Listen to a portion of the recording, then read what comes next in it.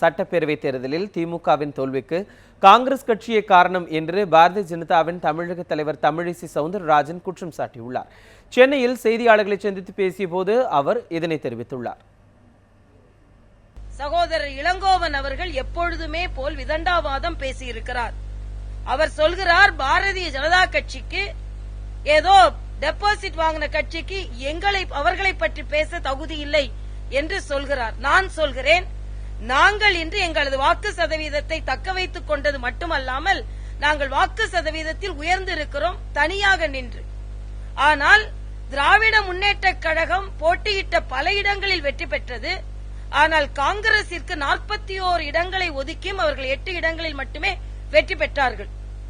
ஆனால் பல இடங்களில் அவர்கள் 3வது இடத்தை தாண்டி அவர்கள் தள்ளப்பட்டிருக்கிறார்கள். வலுவான கூட்டணி அமைந்தும் திராவிட முன்னேற்ற கழகத்தை சார்ந்த மாவட்ட செயலாளர்களை குற்றம் சாட்டி இருக்கிறார்கள். காங்கிரசினால் தான் திராவிட முன்னேற்ற கழகம் தோல்வி அடைந்தது என்று.